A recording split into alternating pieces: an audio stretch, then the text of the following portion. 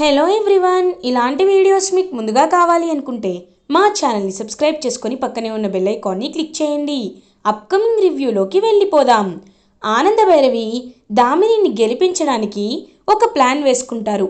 తన చేత్తో నేచిన శారీని దామిని కంపెనీ నేచింది అని క్రెడిట్ అంతా దామినికి ఇచ్చేసి దామిని కాంపిటీషన్లో విన్ అయ్యేటట్టు సీఎం గారు లీలావతి టెక్స్టైల్స్ని అపాయింట్ చేసినట్టు అందరి ముందు నిరూపిస్తారు ఆనందభైరవి.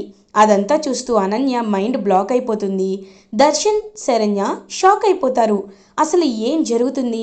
మనం నేర్చిన శారీని ఎందుకు దామిని చూపిస్తుంది? అమ్మ వేరే శారీ చూపించడం ఏంటి? ఇదంతా ఎందుకు జరిగింది అని వెంటనే ఆనందభైరవి పక్కకి వెళ్ళగానే దర్శన్, శరణ్య అడుగుతారు, అమ్మ నువ్వు వ్యూ చేసిన శారీని ఎందుకు నువ్వు దామిని పేరు పెట్టావు? దామిని నేచిందని ఎందుకు చెప్పావు? ఎందుకు ఇదంతా అని అడుగుతారు. నాన్న దర్శన్, నీకు నేను చెప్పేది జాగ్రత్తగా విను. తను ఎవరు? స్వయానా నీ చెల్లెలు, నా అక్క కూతురు. అలాంటిది తను గెలిస్తే ఒకటి, నేను గెలిస్తే ఒకటా అని అంటారు. అమ్మా, నీకు దామిని మనస్తత్వం అర్థం కావటం లేదా? వయసు చిన్నదే అయినా పొగరుకు ఏమాత్రం తగ్గలేదు. ఎలా అయినా మనల్ని అనగదొక్కాలి అని, మనం ఏడుస్తుంటే ఓడిపోతే చూడాలి అని దామిని కక్ష కట్టుకొని కూర్చుంది. అలాంటి వాళ్ళకి మనం గెలిచి బుద్ధి చెప్పాలి కానీ నువ్వు ఓడిపోయి బుద్ధి చెప్తానంటావేంటమ్మా అని అడుగుతాడు దర్శన్. నాన్న, నీకు ఒక విషయం చెప్పనా? బయట వాళ్ళ దగ్గర మనం గెలిచి బుద్ధి చెప్పొచ్చు, అదే రాజనీతి కూడా. కానీ మన ఇంట్లో వాళ్ళు, మన రక్త సంబంధీకుల దగ్గర మాత్రం మనం ఎంత తగ్గి ఉంటే అంత మంచిది. మన వాళ్ళు గెలిస్తే మనం సంతోషపడాలి కానీ బాధపడకూడదు. నువ్వు ఎలా ఉన్నావో నీ అవతలి వాళ్ళు కూడా అలానే ఉండాలి అనుకోవాలి. తను కోప్పడిందని, తను కుళ్ళుకుంటుంది అని మనం కూడా అలానే ఉండకూడదు నాన్న. దామినిని ఎలా మార్చాలో నాకు తెలుసు, నువ్వేమీ బాధపడద్దు అని అంటారు ఆనందభైరవి. శరణ్య, ఏవండి, అత్తయ్య గారు చెప్పేది ఒక అందుకు నిజమే. మన ఇంట్లో వాళ్ళే కొట్టుకొని పరువు తీసుకునే కంటే ఇద్దరిలో ఒకరం గెలిచాం. మనం గెలిచినట్టే కదా, మీరేమీ భయపడకండి, బాధపడకండి, రండి అని చెప్పి శరణ్య కూడా ఇంక దర్శన్ని లోపలికి తీసుకువెళ్ళిపోతుంది. ఆనందభైరవి దగ్గరికి దామిని వస్తుంది. హలో ఆనందభైరవి పిన్ని, చూసావా నేను ఎలా గెలిచానో? లీలావతి టెక్స్టైల్స్కి ఒక పేరు, బ్రాండ్ క్రియేట్ అయ్యేలా ఎలా చేస్తున్నానో చూసావా అని అంటుంది. ఇంకా అనన్య మనసులో, ఓసై పిచ్చిదానా, నిన్ను గెలిపించింది ఆవిడ, కానీ నీకు అది అర్థం కాదు. అర్థం కాకపోతే నాకేంటిలే, నాకు కావాల్సింది కూడా అదే కదా అని అనన్య మనసులో అనుకుంటుంది. ఇంకా ఆనందభైరవి మాత్రం ఏమీ మాట్లాడకుండా సైలెంట్గా జస్ట్ ఒక చిరునవ్వు నవ్వి అక్కడి నుండి వెళ్ళిపోతారు. వదినా అని దామిని అనన్యని వచ్చి హక్ చేసుకుంటుంది. వదినా, సూపర్ వదినా, నిజంగా ఈ శారీ గురించి నాకు ముందెందుకు చెప్పలేదు నువ్వు? ఓ, అమ్మ సెలెక్ట్ చేసింది కదా, అందుకే కదా. నాకు తెలుసు. ఇప్పుడు మనం పార్టీ చేసుకోవాలి. సీఎం గారి ఇంటి నుండి వచ్చింది అంటే మాటలా? కమాన్ అని చెప్పి ఇంకా దామిని సంతోష సంబరాల్లో మునిగి తేలిపోతూ ఉంటే అనన్య మాత్రం ఛీ, ఇదంతా కావాలనే జరిగింది అని మనసులో అనుకుంటుంది. ఇది ఇలా ఉండగా ఈవినింగ్ అవుతుంది. ఫ్యామిలీ మెంబర్స్ అందరూ ఇంటికి రీచ్ అవుతారు. లీలావతి దామిని దగ్గరికి వస్తుంది. లీలావతి ఆనందభైరవి దగ్గరికి వెళ్తారు. ఆనందభైరవి, అక్క ఇలా వచ్చావేంటి, రా అక్క అని అంటారు. ఆనంద, నాకు తెలుసు ఆనంద, ఇదంతా నువ్వు కావాలనే చేసావు కదా. నిజం చెప్పాలంటే శారీస్ నేనే సెలెక్ట్ చేశాను. ఆ శారీ ఇందులో లేదు. నేను సెలెక్ట్ చేసిన 3 శారీస్లో ఆ శారీ లేదు. కానీ ఒకటి మాత్రం నిజం, నువ్వు నేర్చిన శారీనే అక్కడ డిస్ప్లే చేసావు కదా, దామిని పేరు చెప్పావు కదా అని అంటారు. అవును, అది నువ్వు దామినికి చెప్పొద్దక్క అని అంటుంది. లేదు, దామినికి నేను చెప్పేద్దాం అనుకుంటున్నాను. నేను తను అపార్థం చేసుకోవడం నేను తట్టుకోలేకపోతున్నాను ఆనంద అని అంటారు లీలావతి. తను చిన్న పిల్లక్క, ఖచ్చితంగా కొద్ది రోజులైన తర్వాత తనే నిజం తెలుసుకుంటుంది. మీరేమీ కంగారు పడకండి అని ఇంకా అలా అక్కడి నుండి పంపించేస్తారు ఆనందభైరవి. ఇది ఇలా ఉండగా నెక్స్ట్ డే మార్నింగ్ అవుతుంది.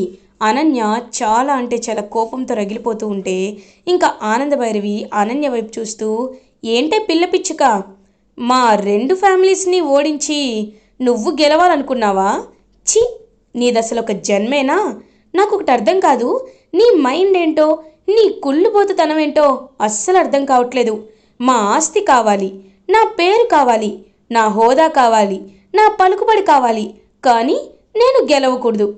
అలా అని నీ ఫ్యామిలీ అని చెప్తున్నా దామిని కూడా గెలవకూడదు. అసలు నువ్వొక మనిషివేనా లేకపోతే పురుగువా అని అంటారు ఆనందభైరవి గారు. ఏయ్, ఇప్పుడు నేను మాట్లాడతాను, నువ్వు విను. ఇంకొక్క మాట నీ నోట్లోండి బయటికి వచ్చినా ఏం చేస్తానో నాకే తెలీదు. నువ్వు ఎన్ని వేషాలు వేసినా తిప్పికొట్టడానికి నేను ఉంటాను కదా అని గట్టిగా వార్నింగ్ ఇచ్చి అక్కడి నుండి వెళ్ళిపోతారు ఆనంద భైరవి. అదంతా చూస్తూ అనన్య కోపంతో రగిలిపోతూ ఉంటే అప్పుడే కరెక్ట్గా కాంచన కాల్ చేస్తుంది. హలో అమ్మీ, ఇక్కడ పెద్ద తప్పు జరిగిపోయింది అని అంటుంది. ఏం జరిగింది అని అడుగుతుంది. ఇక్కడ వాళ్ళు 3 రోజులు ఉంటారని అనుకున్నాం కదా, కానీ ప్లాన్ షిఫ్ట్ చేసుకొని నేను పొద్దున్న కళ్ళు తెరిచి చూసేలోపు వీళ్ళు వెళ్ళిపోయారమ్మీ. ఎక్కడికి వెళ్ళారో కూడా నాకు తెలియదు అని అంటుంది కాంచన. ఒక్కసారిగా అనన్య వచ్చి, నిన్నక్కడ పెట్టినందుకు చాలా మంచి పని చేసావు, నువ్వు వేస్ట్, ఇంకెందుకు అక్కడ, వచ్చేసే బయలుదేరి అని ఇంకా ఇంటికి వచ్చేయమని చెప్పేసరికి ఇంటికి బయలుదేరుతుంది కాంచన. ఇది ఇలా ఉండగా నెక్స్ట్ డే మార్నింగ్ అవుతుంది. దర్శన్ శరణ్య ఇద్దరు ఆఫీస్కి వెళ్ళడానికి రెడీ అయి వస్తూ ఉంటే దామిని కాళ్ళ మీద కాలేసుకొని కూర్చొని, ఆ లీలావతి టెక్స్టైల్స్ అంటే పేరు కాదు, బ్రాండ్, ఆ బ్రాండ్ని నేను ఇంకా ఇంకా ఇంకా డెవలప్ చేస్తూనే వెళ్తాను. బ్రో, మొన్నేదో అన్నారు కదా, ఈ ఇంట్లో చాలా విషయాలు నేను తెలుసుకోవాలని, ఇప్పటికైనా నేనేంటో అర్థమైందా బ్రో అని అంటుంది. ఇంకా అలా దర్శన్ నువ్వు అననేలోపు నాన్న దర్శన్ అని అంటారు ఆనందభైరవి. వెంటనే దర్శన్ ఆగిపోతాడు. ఏంటి పిన్ని, బ్రో ఏదో మాట్లాడుతున్నారు కదా, మాట్లాడి నువ్వు అని అంటారు. అబ్బే ఏం లేదు, మీ సెలెక్షన్ చాలా బాగుందమ్మా అని అంటారు ఆనందభైరవి. మీరు చెప్పేదేంటి, ఆల్రెడీ బయట చెప్పేశారు కదా అని అంటుంది దామిని. ఇంక సైలెంట్గా ఉంటారు ఆనందభైరవి. అమ్మా, నాన్న, వదిన, అందరూ రండి. ఇప్పుడు మనం సీఎం గారి పెళ్లి కూతురు కూతురు పెళ్ళికి అన్ని చీరలు ఏర్పాటు చేస్తున్నాం. వీటితో పాటు కిడ్స్ వేర్ కూడా, మగవాళ్ళు వేసుకునే ఎథ్నిక్ వేర్ కూడా, ఆడవాళ్ళు వేసుకునేవి కూడా అన్నీ మనమే చూసుకోవాలి. అమ్మా, నువ్వు నా లక్కీ చామ్వి కాబట్టి అన్నీ నువ్వే సెలెక్ట్ చేయాలి, సరేనా అని అంటుంది దామిని. ఓకే అమ్మా అని అంటారు లీలావతి. ఇది ఇలా ఉండగా దర్శన్ శరణ్య ఇద్దరు ఆఫీస్కి రీచ్ అవుతారు. శరణ్య అలా వర్క్ చేసుకుంటూ ఇంకా వెంటనే సమీరాకి క్యాబిన్కి రమ్మని పిలుస్తుంది. మేడం, ఇప్పుడే ఇస్తున్నాను మేడం అని ఇంకా సమీరా అలియాస్ సౌమ్య ఫైల్ ఇస్తుంది శరణ్యకి. ఆ ఫైల్ ఇచ్చినప్పుడు అలా సమీరా చేతిపై ప్రకాష్ అనే టాటూని చూస్తుంది. చూసి ఒక్కసారిగా షాక్ అయిపోతుంది శరణ్య. ఈ టాటూ ఎవరు అని అడుగుతుంది. అంటే మా నాన్నగారి పేరు మేడం, ప్రకాష్. మా నాన్నంటే నాకు చాలా ఇష్టం, అందుకే ఆయన పేరుని టాటూ వేయించుకున్నాను మేడం అని అంటారు. ఓ అవునా, సరే, యూ మే గో నౌ అని అంటారు. ఓకే మేడం అని అక్కడి నుండి టెన్షన్గా వెళ్ళిపోతుంది సమీరా. సంథింగ్ ఈజ్ రాంగ్, నేను ఎక్కడో చూశాను, ఈ టాటూని ఎక్కడ చూశాను అని ఆలోచనలో పడుతుంది. వెంటనే శరణ్య అప్పుడే కరెక్ట్గా ఆనందభైరవి, శరణ్య ఏం ఆలోచిస్తున్నావు అని అడుగుతారు. ఏం లేదు అత్తయ్య గారు, మీరు ఇలా వచ్చారేంటి అని అడుగుతుంది. ఏం లేదమ్మా, మనకు సంబంధించిన ఒక పెద్ద కాంట్రాక్ట్ ఈ 2 డేస్లో మనకి రాబోతుంది. యాక్చువల్లీ వాళ్ళు ఈ సిటీలో ద బెస్ట్ టెక్స్టైల్స్ ఎవరు అని బాగా డీప్గా ఎంక్వైరీ చేసి మన దగ్గరికి వస్తున్నారు. కాబట్టి వాళ్ళని నువ్వు ఖచ్చితంగా ఇంప్రెస్ చేయాలి. వాటికి సంబంధించిన అన్ని బాధ్యతలు నీకే అప్పచెప్తున్నాను అని అంటారు. తప్పకుండా, నేను మీ మాటని నిలబెట్టుకుంటాను అని ఇంక పాపం ఎంతో హ్యాపీగా చెప్తారనమాట శరణ్య. ఇది ఇలా ఉండగా అనన్య అటు ఇటు తిరుగుతూ ఆలోచిస్తుంది. లేదు, ఖచ్చితంగా ఈ దామినిని ఎలా అయినా ప్లాన్ చేసి పడగొట్టాలి. ఈ దామిని నా భజనకి చక్కగా ఓకే చేస్తుంది, కానీ అంతకు మించి ఇంకా నేనేదో చేయాలి. అది ఏంటి అనేది చెప్తా అని ఆలోచిస్తుంటే కాంచన, ఏంటమ్మీ ఏం ఆలోచిస్తున్నావు అని అడుగుతుంది. ఎలా అయినా ఆ దామిని లేని వాళ్ళ చేసేయాలి. ఆ దామినికి అంత పేరొస్తుంటే నేను తట్టుకోలేకపోతున్నాను అని అంటుంది. దామినికి పేరొస్తే నువ్వు తట్టుకోలేకపోతున్నావా? అయితే ఆ దామిని కాళ్ళు చేతులు విరిగిపోయేలా చేసేద్దాం అని అంటుంది కాంచన. ఒక్కసారిగా అమ్మా నువ్వు చెప్తుంది నిజమేనా అని అంటారు. అవునమ్మీ, నేను కూడా చూస్తూ ఉండా. అది ఇంకా ఇంకా పైకి ఎదిగిపోతూ ఉంటే నువ్వేమో చేతకందాన్లా కోతిలా కూర్చొని ఉండడం నాకు నచ్చట్లేదు. అందుకే దాన్ని కాళ్ళు చేతులు విరగ్గొట్టేశామనుకో, అప్పుడు పేరు మొత్తం నీకే వస్తుందమ్మీ అని అంటుంది. కరెక్ట్ అమ్మా, కరెక్ట్గా చెప్పావు. ఇప్పుడే ఇప్పుడే ఆ దామినికి అని ఇంకా అలా దామిని టైం షెడ్యూల్ మొత్తం తెలుసుకుంటుంది అనన్య. వదిన, రేపు కొంతమంది క్లయింట్స్ని కలవాలి, ఎందుకంటే మన దగ్గర స్టాక్ అంతగా లేదు కదా, కాబట్టి ఆ స్టాక్ మొత్తం తెప్పించడానికి నేను క్లయింట్స్తో మీటింగ్ పెడుతున్నాను. రేపు నేను ఎర్లీగా బయలుదేరుతాను, నువ్వు టైం చూసుకోనరా అని అంటారు. ఓకే తప్పకుండా అని ఇంకా అమ్మా తను వెళ్తుంది అని అంటుంది. ఇంకేంటి నీ ప్లాను చేసేసేయి అని ఇంకా వెంటనే అలా తన ప్లాన్ని అమలు చేస్తుంది. దామిని కారులో వెళ్తూ ఉంటే అనన్య ఏమో దామిని వెనకాలే కారులో వెళ్తుంది. వెంటనే ఒక లారీ వాడికి ఫోన్ చేసి, రేయ్ నీకు నేను ఒక కార్ నెంబర్ పంపిస్తాను, వెంటనే నువ్వు ఆ కార్ని యాక్సిడెంట్ చేసేసే, అర్థమైందా అని అంటారు.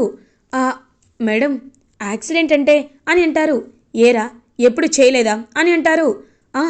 చేస్తాను అని ఇంకా అలా ఆ లారీ కరెక్ట్గా వచ్చి దామిని కార్ని డాష్ ఇచ్చేస్తుంది. అనన్య ఏమో ఎంతో అంటే ఎంతో హ్యాపీగా ఇంకా అలా చాలా అంటే చాలా హ్యాపీగా ఫీల్ అవుతుందనమాట. ఎస్ ఎస్ దామిని, ఇప్పుడు నీ కాళ్ళు చేతులు విరిగిపోయి నువ్వు కోమలో పడుంటావు, నాకు కావాల్సింది అదే అని అనన్య అనుకొని వెనక్కి తిరిగి చూసేలోపు అక్కడ దామిని నించొని ఉంటుంది. దామిని వెనకాల ఆనంద భైరవి నించొని ఉంటుంది. ఆనంద భైరవిని దామినిని చూసి ఒక్కసారిగా షాక్ అయిపోతుంది అనన్య. దామిని అననేలోపు దామిని అనన్య చెంప పగలగొడుతుంది. ఛీ నీచిరాలా, నిజంగా నువ్వు ఇంతటి దుర్మార్గురాలు అని అస్సలు అనుకోలేదు. ఏంటే పిల్ల పిచ్చుక, నీ పేరు ఇలా కూడా కాదు, రాక్షసి అని పెట్టాలి. నువ్వు ఇంత ఇంత చేస్తుంటే నేను చూస్తూ ఊరుకుంటాననుకుంటున్నావా అని చాలా అంటే చాలా గట్టిగా అరుస్తారు ఆనంద భైరవి. ఒక్కసారిగా అనన్య షాక్ అయిపోతుంది.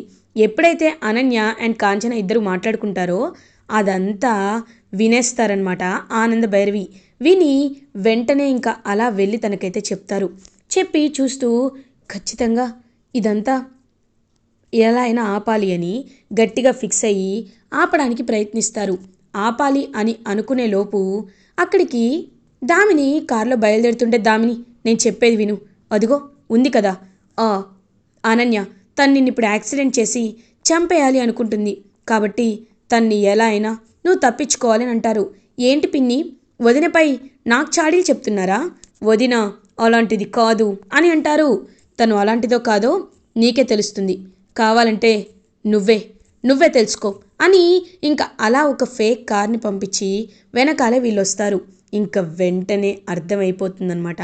అలా దామినికి అనన్య గురించి నేను ఏదో అనుకున్నాను, కానీ ఇంత నీచానికి దిగజారుతుందని అస్సలు అనుకోలేదు.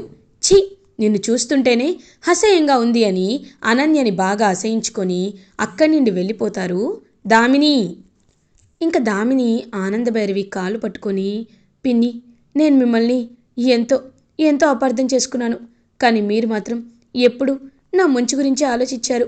సారీ పిన్ని, ఐఎమ్ సో సారీ అని హక్ చేసుకుంటుంది ఆనంద భైరవిని. దామిని ఎప్పటికైనా నువ్వు మారుతావని నాకు తెలుసు, ఏం పర్లేదు, ఇప్పుడు నీకు ఎవరు ఎలాంటి వాళ్ళో అర్థమైంది కదా అని ఇంకా అలా ఎంతో అంటే ఎంతో హ్యాపీగా తన వైపు చూస్తూ కోపంగా అనన్యని అసహించుకుంటారు దామిని అండ్ ఆనంద భైరవి. ఇలా ఎపిసోడ్ ఎండ్ అవుతుంది.